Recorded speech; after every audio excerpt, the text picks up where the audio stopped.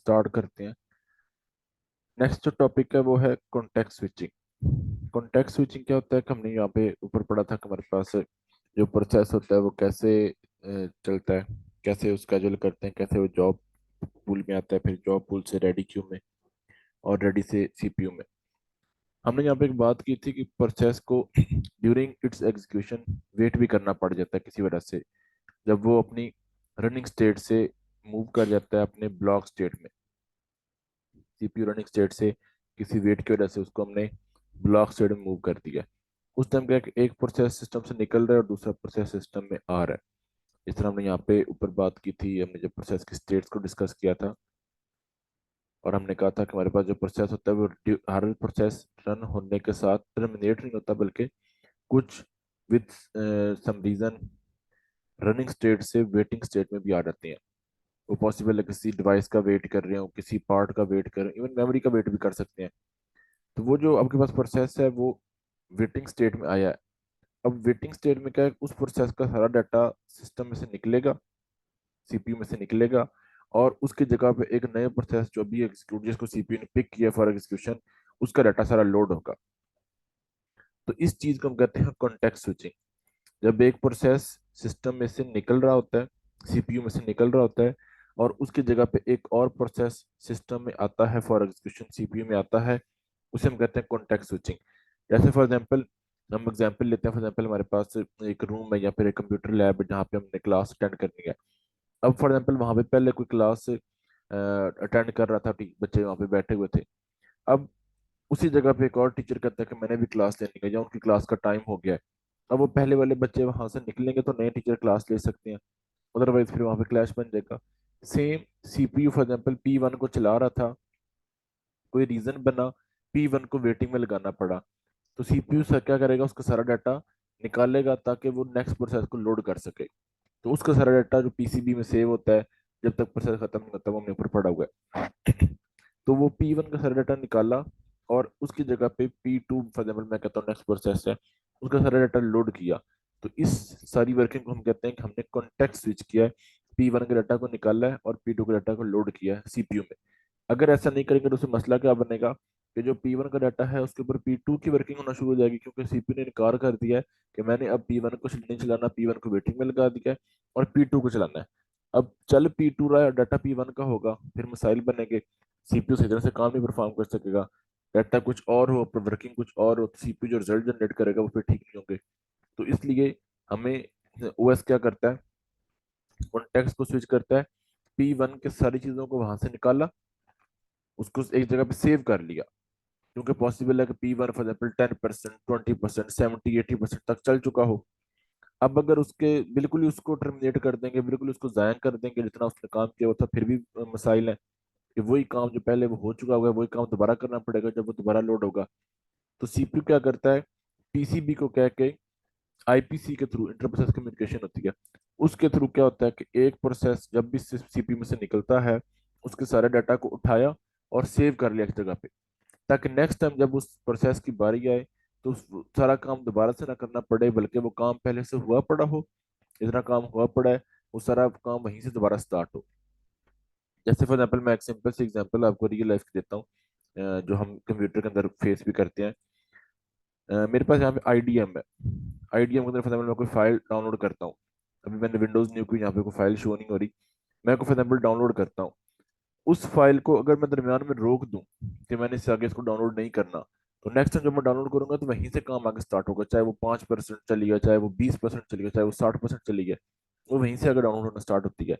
Reason क्या कि अगर बिल्कुल शुरू से स्टार्ट होगा फिर तो दोबारा नेट भी इस्तेमाल होगा, दोबारा टाइम भी वेस्ट होगा। तो इस वजह से सिस्टम क्या करता है कि एक प्रोसेस जब भी सीपीयू में से निकलता है, उसका चाहे 0.001% काम हुआ हो, उसकी सारी तफसील को उठाकर सेव कर लेता है, ताकि जब भी दोबारा इसकी बारी आनी है तो वो 0.001% काम दोबारा ना करना पड़े, वो काम पहले से हुआ हो और उससे आगे काम स्टार्ट हो जाए। समझ बात की? जी सर, ये वो जो हमने डेडलॉक पढ़ा था एक, ये सब वही होता है डेडलॉक इसमें आ गया। उसमें भी? डेडलॉक तो ये होता है ना कि जब आपके पास सिस्टम किसी एक पॉइंट पे आता है और सिस्टम को कोई रास्ता ही नहीं मिल रहा होता कि मैंने अब क्या काम करना है, तो उस टाइम पे सिस्टम हैंग हो जाता है, वो डेडलॉक होता है। P1 कहता है कि मैंने भी ये काम करना है, P2 कहता है नहीं जी मैंने भी ये काम करना है, P3 कहता है मैंने भी ये काम करना है, लेकिन कोई वॉलंटियरली फिनिश नहीं हो रहा होता। तो उस चीज को हम डेडलॉक कहते हैं। आगे इसी इसी में हम पढ़ेंगे डेडलॉक भी। ओके। कॉन्टेक्स्ट स्विचिंग डेडलॉक नहीं है, डेडलॉक एक अलग चीज है। कॉन्टेक्स्ट स्विच क्या है कि सीपीयू एक प्रोसेस को, मैं यहाँ पे थोड़ा सा ना इसको एक्सप्लेन करता हूँ कि हमारे पास ये फॉर एग्जाम्पल सीपीयू है। सीपीयू क्या कर रहा था, वो एक प्रोसेस फॉर एग्जाम्पल P1 को चला रहा था, उसकी एग्जीक्यूशन हो रही थी। अब हुआ क्या, मसला क्या बना कि P1 से कोई इंपॉर्टेंट प्रोसेस, उससे कुछ ज्यादा अहमियत वाला प्रोसेस जो है वो सिस्टम के पास आ गया। सीपीयू ने कहा कि P1 को निकालो, P1 अभी वेट करे क्योंकि उससे ज्यादा इंपॉर्टेंट प्रोसेस आ गया। तो अब इसको क्या किया, उसने P1 को उठा के वेटिंग में लगा दिया और इसकी जगह पे प्रोसेस P2 जो है उसको चलाना शुरू कर दिया। P1 को कहता है कि यहाँ से निकाल दो और इसकी जगह पे P2 जो है ये अब चलेगा। मैंने आपको बताया था कि हमारे पास प्रोसेस के डिफरेंट लेवल होते हैं, प्रोसेस होता है, फिर इंटरप्ट्स होती हैं, फिर सिस्टम कॉल्स होती हैं, डिफरेंट लेवल्स होती हैं। अब वो जो P1 था, P1 का जितना भी काम हो चुका था वो सारा काम वो कह रहे हैं कि हम कहीं पे सेव कर लेंगे ताकि जब दोबारा P1 चले तो वो सारा काम दोबारा ना करना पड़े। ये सारा काम सेव कहाँ पे होता है, पीसीबी के अंदर, प्रोसेस कंट्रोल ब्लॉक के अंदर। जब P2 फिनिश हो जाएगा या फिर P3 P4 जब भी दोबारा P1 की बारी आएगी, तो P1 बिल्कुल जीरो से ना चले बल्कि जितने परसेंट काम हो चुका था वो सारा काम सीपीयू के पास वैसे ही आए और सीपीयू उसको वहीं से आगे कंटिन्यू करे। ये P1 को निकालना और उसकी जगह पे P2 को चलाना, ये सारा चीज कहलाती है कॉन्टेक्स्ट स्विचिंग। तो डिटेल यहाँ पे देखते हैं। CP switch from one process to another process frequently in multiprogramming system. Multiprogramming system है ही ये कि जब आपके पास मल्टीपल प्रोग्राम चल रही हो। अब उसमें क्या होगा कि सीपीयू ने एक काम को करना है, एक प्रोसेस को परफॉर्म करना है, तो ऑब्वियस बात है वो उसके पास होगा तो उसको परफॉर्म करेगा। तो ये क्या, मल्टी प्रोग्रामिंग में मल्टीपल बार ये काम रिपीटेडली करना पड़ता है कि एक प्रोसेस को निकाला, दूसरे को लोड किया, दूसरे को निकाला, तीसरे को लोड किया, and so on. The interrupt also cause a CPU to stop the execution of the current process and move to the another process. Normally क्या होता है कि जब आपके पास P1 चल रहा था, दरम्यान में इंटरप्ट आ गया। इंटरप्ट क्या है, किसी भी यूजर का जो प्रोसेस है उससे ज्यादा इंपॉर्टेंट प्रोसेस होता है इंटरप्ट। है वो भी प्रोसेस ही, लेकिन वो नॉर्मल प्रोसेस से ज्यादा अहमियत वाला होता है, उसकी सिर्फ प्रायोरिटी हाई होती है। इस वजह से सीपीयू के पास जब भी एक प्रोसेस है नॉर्मल और एक इंटरप्ट है, सीपीयू हमेशा इंटरप्ट को पहले डील करेगा। क्योंकि इंटरप्ट ऐसा इशू होता है जो या तो आपके कंप्यूटर में मसाइल पैदा कर रहा है या फ्यूचर में कर सकता हो। इसकी वजह से आपका कंप्यूटर पॉसिबल है बंद होने वाला हो, या आपको पॉसिबल है कि आपका कंप्यूटर जो है वो फॉर एग्जाम्पल स्लीप पे लगने वाला हो। तो सीपीयू क्या करता है कि उसको पहले डील करेगा अगर आपके पास प्रोसेस और इंटरप्ट का मुकाबला हो रहा हो। तो कह रहा है कि आपका प्रोसेस चल रहा था, दरम्यान में इंटरप्ट आ गया। अब सीपीयू ने क्या करना है कि उस इंटरप्ट को पहले डील करना है, तो उसके लिए लाजमी है कि पहले प्रोसेस के सारे मामलात को निकाल ले, साइड पे कर ले। ये ना हो कि प्रोसेस P1 भी सीपीयू में रहे और इंटरप्ट भी सीपीयू में आ जाए, फिर वहां पे आपस में सारा मिक्सचर हो जाएगा, उस वजह से सीपीयू को अलग अलग नहीं कर सकेगा। In this situation the system must save the current context और state of the process being executed. ऐसी सिचुएशन बनेगी तो सीपीयू को P1 की सारी तफसील सेव करनी पड़ेगी ताकि नेक्स्ट टाइम जब P1 की बारी आए तो सारा काम शुरू से ना करना पड़े, जितना काम हुआ पड़ा है वो काम उधर ही रहे और उससे आगे जो है वो for example next task start हो जाए। जैसे फॉर एग्जाम्पल मैं कहता हूँ कि लैब के अंदर किसी टीचर को कहता है कि मैंने क्लास लेनी है और वो कहता है कि मैंने सिस्टम को इस्तेमाल नहीं करना, मैंने बस प्रोजेक्टर के ऊपर थोड़ा बहुत काम बच्चों को करवाना है। तो बंदा जो टीचर है वो रिक्वेस्ट कर लेगा जो कंप्यूटर फिर जैसे ऑन है उनको ऑन ही रहने दीजिएगा, उनको बंद ना कीजिएगा, आप प्रोजेक्टर ऑन करें, प्रोजेक्टर पे क्लास ले लें। अब जब मिस्टर बी जो सेकंड टीचर था वो क्लास लेके निकला तो मिस्टर ए जो है वो दोबारा वहीं से क्लास स्टार्ट कर ले, जो सिस्टम पे वो काम करवा रहे थे वो वहीं से कंटिन्यू करवा लें। वो क्योंकि अगर वो सिस्टम ऑफ कर देंगे तो फिर सारा काम दोबारा से करना पड़ेगा, कंप्यूटर दोबारा से ऑन करने पड़ेंगे, जो वो फॉर एग्जाम्पल कोडिंग वगैरह जो भी करवा रहे थे वो सारा काम दोबारा करना पड़ेगा। This information is used when the same process is executed again later. ये सेव क्यों करते हैं, क्योंकि ये सारी तफसील दोबारा से इस्तेमाल होनी होती है जब वो सेम प्रोसेस दोबारा सीपीयू के पास आता है for execution. The information include the value of CPU register, process state and memory management information. मतलब सारी वो तफसील जो वो सी प्रोसेस के इस्तेमाल कर रहा था, प्रोसेस ने मेमोरी कितनी ली है, प्रोसेस ने डिवाइस कौन कौन सी इस्तेमाल कर रहा था, प्रोसेस कितना चल चुका था, प्रोसेस किस स्टेट में था, वो सारी तफसील ईच एंड एवरीथिंग वो सारी की सारी सेव रहती है। It is stored in the process control block. मैंने आपको शुरू में बताया कि ये सारी तफसील सेव कहाँ पे होती है, पीसीबी के अंदर, प्रोसेस कंट्रोल ब्लॉक के अंदर। प्रोसेस कंट्रोल ब्लॉक हम ऊपर पढ़ चुके होंगे, उसमें डिफरेंट चीजें होती हैं जो सेव होती हैं। This process of switching from one process to another process save and saving the state of the current process is known as context switching. ये जो सारी तफसील है, इसमें हम सीपीयू के किसी एक प्रोसेस को सीपीयू में से निकालते हैं और किसी और प्रोसेस को सीपीयू में लोड करते हैं, ये सारी चीज कहलाती है कॉन्टेक्स्ट स्विचिंग।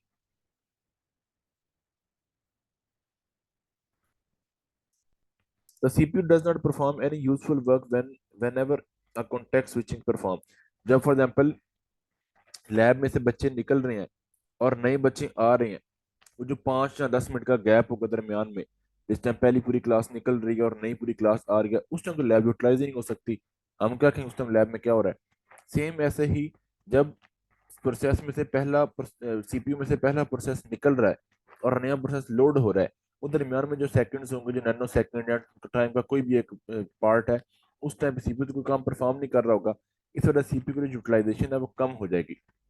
जब भी सीपीयू की यूटिलाइजेशन कम होती है, सिस्टम आपका एक दफा देखता है कि क्या वजह बनी है कि सीपीयू इस्तेमाल नहीं हो रहा।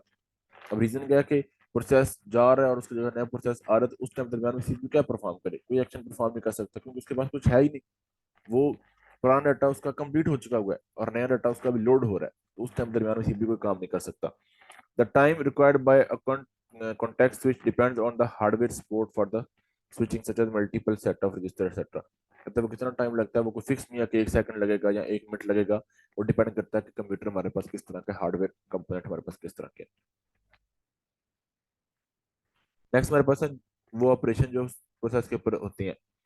पहला प्रोसेस होता है प्रोसेस क्रिएशन और सेकंड प्रोसेस होता है प्रोसेस टर्मिनेशन। ये मेन दो प्रोसेस है। प्रोसेस शुरू होता है और प्रोसेस खत्म होता है। प्रोसेस शुरू कैसे होता है, सबसे पहले आएगा जॉब पूल में। जॉब पूल से जिस जिस चीज की उसको जरूरत होगी वो उस चीज की डिमांड करेगा। फॉर एग्जाम्पल मेमोरी की जरूरत है, फॉर एग्जाम्पल उसे प्रिंटर की जरूरत है, किसी डिवाइस की जरूरत है, किसी फाइल की, किसी डाटा की जरूरत है, वो सबकी रिक्वेस्ट करेगा। अब उस रिक्वेस्ट के अगेंस्ट रिस्पॉन्स आएगा और वो प्रोसेस अपना काम कंप्लीट करते करते एंड पे टर्मिनेट हो जाएगा। प्रोसेस क्रिएशन में बता रहा है parent process creation. Sir sir दोबारा बताइएगा ये। प्रोसेस क्रिएशन में क्या होता है कि जब भी प्रोसेस स्टार्ट होता है तो आपको बताया था कि सबसे पहले वो जॉब पूल में आता है। जॉब पूल ऐसे ही आप कह लो कि फॉर एग्जाम्पल कॉलेज लग गया, कॉलेज का टाइम या यूनिवर्सिटी जो है वो उसका टाइम स्टार्ट हो गया।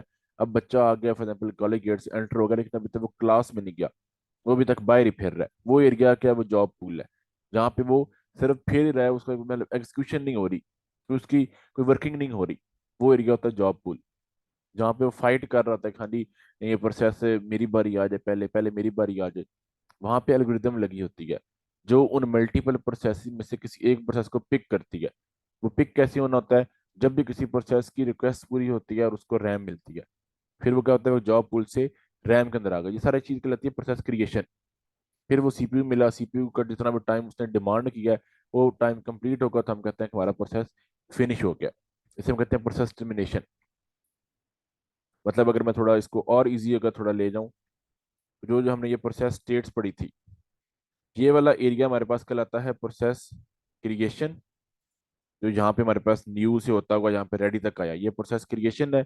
और रनिंग से फिर ये टर्मिनेट की तरफ जाना, ये फिनिश वाला काम है, टर्मिनेशन है।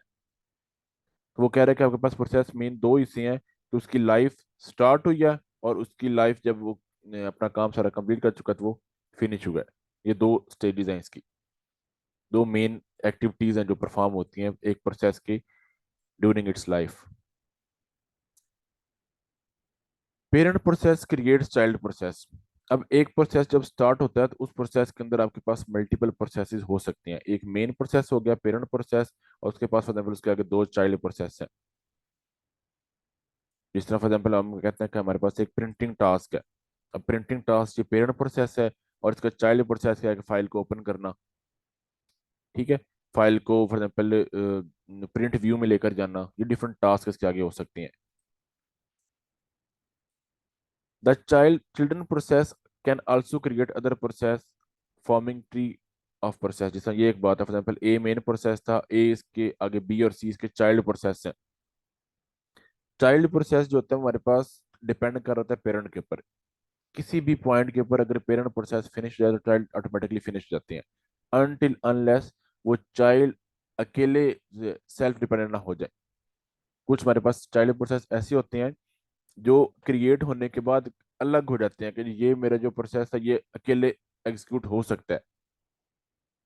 एक पेरेंट प्रोसेस है, उसके कुछ चाइल्ड प्रोसेस बनी है। जो चाइल्ड प्रोसेस बनी है, फॉर एग्जाम्पल दो तीन चार चाइल्ड प्रोसेस बनी है, उनमें से एक प्रोसेस ऐसा था जो पेरेंट प्रोसेस के बिना भी एग्जीक्यूट हो सकता था। उसको वो उस पेरेंट प्रोसेस की कैद से निकाल लेते हैं, उस पेरेंट प्रोसेस की चेन से निकाल लेते हैं कि ये प्रोसेस है, ये अकेले एग्जीक्यूट हो सकता है, इसके लिए पेरेंट प्रोसेस का होना लाजमी नहीं है। वो प्रोसेस फिर उसको हम कहते हैं कि वो प्रोसेस सेल्फ डिपेंडेंट है। वो प्रोसेस किसी और पे डिपेंड नहीं कर रहा, वो प्रोसेस खुद मुख्तार है, वो खुद से अपनी वर्किंग परफॉर्म कर सकता है। अब वो प्रोसेस अलग से एक प्रोसेस बन गया। लेकिन वो चाइल्ड प्रोसेस होता है, चाइल्ड प्रोसेस हमेशा डिपेंड कर रहा होता है पेरेंट प्रोसेस पे। अगर पेरेंट प्रोसेस किसी पॉइंट पे फिनिश कर दिया गया है, उसको बाय फोर्स रोक दिया गया है, उसको दरमियान में खत्म कर दिया गया है, तो उसके सारे चाइल्ड प्रोसेस भी खत्म हो जाएंगे, चाइल्ड प्रोसेस चलते नहीं रहेंगे। जैसे मैं सिंपल से एक एग्जांपल लेता हूँ। मैं यूएसबी में डाटा कॉपी कर रहा हूँ। अब यूएसबी को किसी पॉइंट पर मैंने यूएसबी को ही उतार दिया, वो डाटा कॉपी होना खुद रुक जाएगा फौरन से ही। रीजन क्या है कि यूएसबी में डाटा कॉपी करने के लिए प्री कंडीशन क्या है कि यूएसबी सिस्टम से अटैच हो। ऐसी है, आप फॉर एग्जाम्पल यूट्यूब पे या किसी भी सोशल मीडिया प्लेटफॉर्म के ऊपर आप कोई एक्टिविटी परफॉर्म कर रहे हैं, कोई वीडियो आप देख रहे हैं, वीडियो फौरन रुक जाएगी अगर आपका नेट बंद हो गया। अब वो नेट नेट क्या था, वो पेरेंट प्रोसेस था। नेट मिला है तो वो एक्टिविटी परफॉर्म हो रही है, वो चाइल्ड प्रोसेस चल रही है। अब वो चाइल्ड प्रोसेस फौरन से रुक जाएंगे जब पेरेंट प्रोसेस रुक जाएगा। तो ये आपके पास एक्टिविटी होती है प्रोसेस क्रिएशन में, प्रोसेस क्रिएट होगा, उसके आगे उससे चाइल्ड प्रोसेस क्रिएट होते गए। कोई लिमिट नहीं है कि लाजमी है हर प्रोसेस के एक चाइल्ड होगा, दो चाइल्ड होंगे, 10 होंगे। एक process as many as required child process बना सकता है, एक दो चार 10। और हर चाइल्ड प्रोसेस आगे चाइल्ड प्रोसेस बना सकता है जितने मर्जी चाहे। वो पूरी एक ट्री की जो स्ट्रक्चर होता है वो बन सकता है। अब प्रोसेस में क्रिएट जीरो और more new child process. Process creation may be limited by amount of resources that a parent process has. If a parent process create a child process, the child process may create child process of its own. It results a tree of process. कहता है कि आपके पास कोई limit को नहीं है। Limit किस लिहाज से है कि रिसोर्सेज के लिहाज से लिमिट लग सकती है कि हाँ जी, दो प्रोसेस बन सकते हैं चाइल्ड, या फिर चार बन सकते हैं जब रिसोर्स लिमिटेड होते हैं। और कुछ हमारे पास जो न्यू सिस्टम है वहां पे रिसोर्स की कोई इतनी कैद नहीं होती, रिसोर्स अनलिमिटेड होते हैं और अनलिमिटेड यूटिलाइज भी हो जाते हैं। तो वहां पे कोई कैद नहीं होती। लेकिन जो ओल्ड सिस्टम है वहां पे होती थी कि हाँ ये एक प्रोसेस है, उसने एक रिसोर्स इस्तेमाल करना है, अगर वो रिसोर्स सेकंड किसी प्रोसेस ने डिमांड किया तो वहां पे मसला बन जाता था।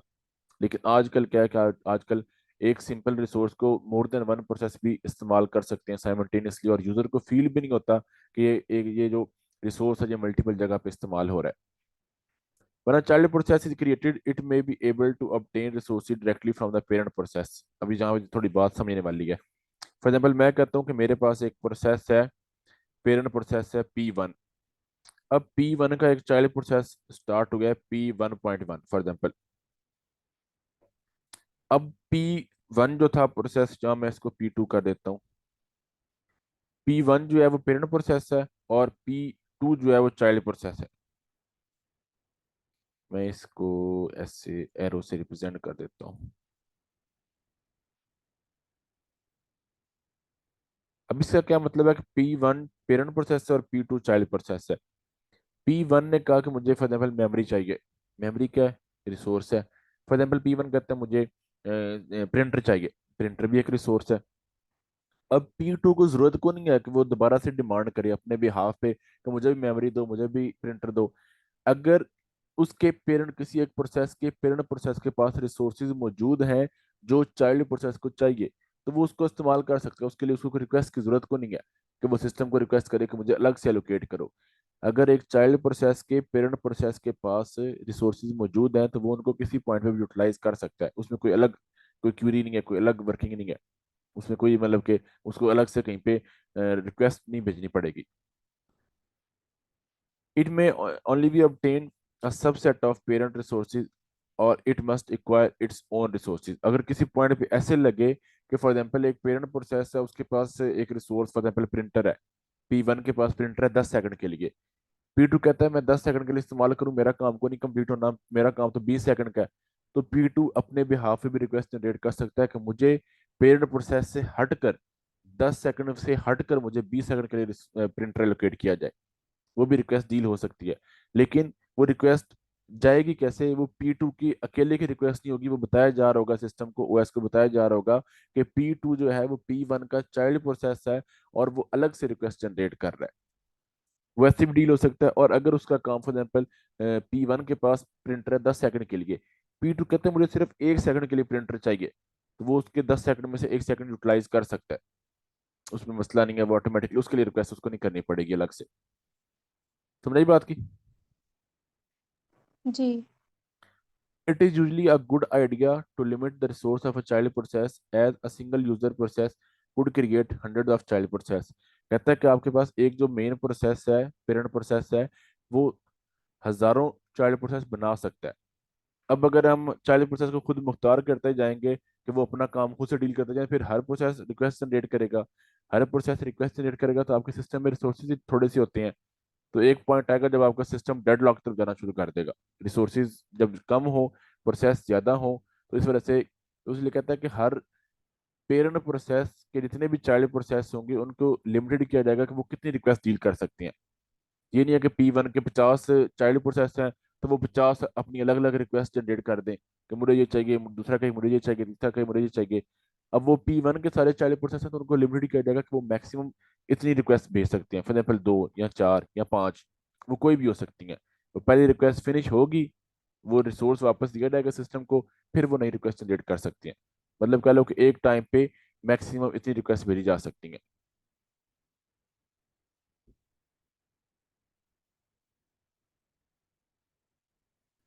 ये एक हायरार्की उसने बना के समझाई है कि फॉर एग्जाम्पल हमारे पास ए पेरेंट प्रोसेस है, बी और सी उसके चाइल्ड प्रोसेस हैं, और डी ई एफ जो है ये बी के चाइल्ड प्रोसेस हैं।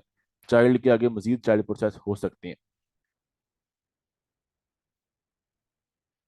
When a process creates a new process, the parent may continue to execute concurrently with its children, or it must wait until some or all of its children have terminated execution।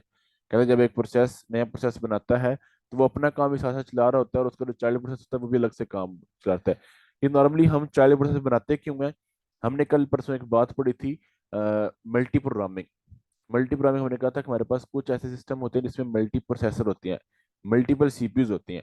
अब CPU काम को divide करता है छोटे छोटे हिस्सों के अंदर, तो वो हर हिस्सा एक प्रोसेस बनता जाता है। फॉर एग्जाम्पल एक कंप्यूटर है, उसके अंदर 4 सीपीयू है, क्वाड कोर है। अब वो 4 सीपीयूज क्या करेंगे, P1 के आगे फॉर एग्जाम्पल ए है तो एक आगे चाइल्ड अलग अलग बना लेगा, हिस्सों में डिवाइड कर लेगा ए को, और वो आगे चाइल्ड प्रोसेस बनाकर उसको डील करना शुरू कर देगा। फॉर एग्जाम्पल हमारे पास एक सीपीयू है और उस सीपीयू के अंदर 4 प्रोसेस हैं, 4 प्रोसेसर हैं, 4 सीपीयू हैं, क्वाड कोर है, 4 चिप है मेमोरी की। यहाँ पे मैं कहता हूँ फॉर एग्जाम्पल जो फर्स्ट वाला प्रोसेस है वो ए को डील कर रहा है, जो सेकंड वाला है वो बी को डील कर रहा है, जो थर्ड वाला है वो सी को डील कर रहा है, और फोर्थ वाला डी को डील कर रहा है। अब ये चारों अलग अलग प्रोसेस हैं, इस वजह से अलग अलग डील हो रही हैं। और अगर ये एक को डील कर रहे होते फिर बाकी 3 फ्री रहने थे, सीपीयू प्रॉपर यूटिलाइज नहीं था होना।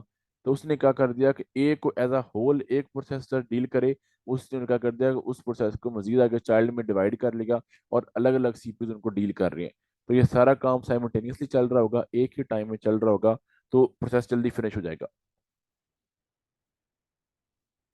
सेकंड हमारे पास होती है प्रोसेस की टर्मिनेशन। प्रोसेस टर्मिनेट कब होता है? एक प्रोसेस है वो कहता है कि मुझे सीपीयू के 10 सेकंड चाहिए। एक प्रोसेस है वो कहता है कि मुझे अपना काम कंप्लीट करने के लिए मुझे सीपीयू के 10 सेकंड चाहिए। जब तक वो सीपीयू के 10 सेकंड उसको नहीं मिलते वो प्रोसेस टर्मिनेट नहीं हो सकता। वो 10 सेकंड उसको इकट्ठे मिल जाए, वो 10 सेकंड उसको डिवाइड होकर मिले, किसी सूरत में भी सीपीयू के 10 सेकंड मिल जाए। कुछ ऐसे केसेस होते हैं, ये बहुत थोड़े केसेस होते हैं, जब सी एक प्रोसेस है वो बार बार बिला मतलब कि ना प्रायोरिटी कम होने की वजह से वो बार बार वेटिंग में लगता रहता है, वेटिंग में लग जाता है, उसको 10 सेकंड मिलते ही नहीं है। तो क्या पता वो है 10 सेकंड का प्रोसेस, लेकिन उसको लग 10 मिनट गए हैं या 10 घंटे लग गए, अभी तक वो फिनिश नहीं हुआ।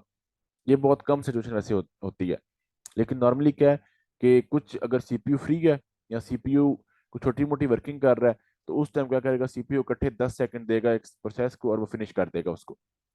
लेकिन एक प्रोसेस जब क्रिएट होता है तो उसके साथ उसका, उसको कहते हैं ब्रस्ट टाइम। वो टाइम जो एक प्रोसेस को सीपीयू को चाहिए होता है उसे हम कहते हैं ब्रस्ट टाइम। वो ब्रस्ट टाइम साथ ही मेंशन होता है, एग्जीक्यूशन टाइम भी कुछ जगह पे उसको कहती हैं। अब वो जो टाइम स्टार्ट में बता दिया कि हाँ जी इस प्रोसेस को फॉर एग्जाम्पल P1 को सीपीयू के 10 सेकंड चाहिए, जब तक वो 10 सेकंड सीपीयू को नहीं मिलते तब तक वो प्रोसेस इन क्यू ही रहता है, कतार में लगा रहता है। एक बार गया सीपीयू के पास, सीपीयू ने 1 सेकंड दिया, फिर गया सीपीयू के पास, सीपीयू ने 1 सेकंड और दिया, फिर गया सीपीयू के पास, फिर सीपीयू ने 2-3 सेकंड दे दिए। ठीक है, ये थोड़े थोड़े पार्ट्स में टाइम मिल सकता है और एज अ होल भी मिल सकता है। वो डिपेंड करता है कि सीपीयू के पास कितना लोड है। पॉसिबल है सीपीयू फ्री है, सीपीयू इकट्ठा डिवाइड कर दे। एक और सिनेरियो भी होता है कि जो हमारे पास प्रोसेस की वर्किंग के लिए हम एल्गोरिदम इस्तेमाल करते हैं जिसको हम कहते हैं सीपीयू स्केजुलिंग, वहां पे भी होता है। फॉर एग्जाम्पल हमारे पास एक एक एक हमारे पास एल्गोरिदम की टेक्निक है, स्केजुलिंग की टेक्निक है राउंड रॉबिन। राउंड रॉबिन में सीपीयू का टाइम ही डिसाइड होता है कि वो किसी भी प्रोसेस को मैक्सिमम इतना टाइम दे सकता है, उसे हम कहते हैं quantum time.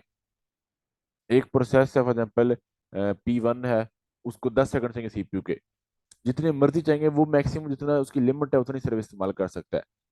For example quantum time है 2 सेकंड, क्वांटम टाइम 2 सेकंड है। अब वो जो सीपीयू है वो 2 सेकंड से ज्यादा किसी को टाइम दे ही नहीं सकता, लिमिट है 2 सेकंड से ज्यादा वो किसी को टाइम दे ही नहीं सकता। प्रोसेस अभी भी फिनिश नहीं हुआ, वो अगली बारी में फिर आए तो फिर 2 सेकंड उसको दोबारा मिलेंगे।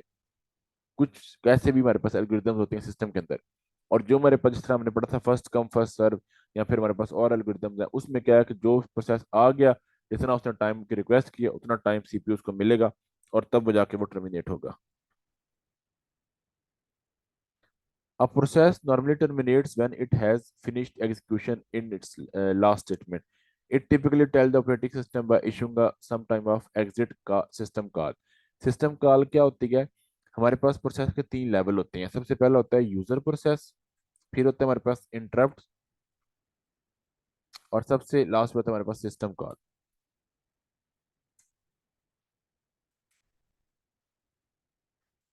सबसे जो हाई प्रायोरिटी होती है वो होती है सिस्टम कॉल की। अगर किसी पॉइंट पे सिस्टम कॉल आ गई तो सबसे पहले वो डील होगी। सेकंड मीडियम होती है इंटरप्ट्स की, अगर इंटरप्ट आ गया तो वो डील होगा। और सबसे कम इंपॉर्टेंस होती है जो यूजर प्रोसेस देता है, सबसे लोएस्ट। मतलब मैं कहता हूँ कि सीपीयू के पास पहले यूजर प्रोसेस था, फिर इंटरप्ट आ गया, फिर सिस्टम कॉल आ गई। सीपीयू सबसे पहले सिस्टम कॉल को डील करेगा, फिर इंटरप्ट को, और लास्ट में यूजर के प्रोसेस को।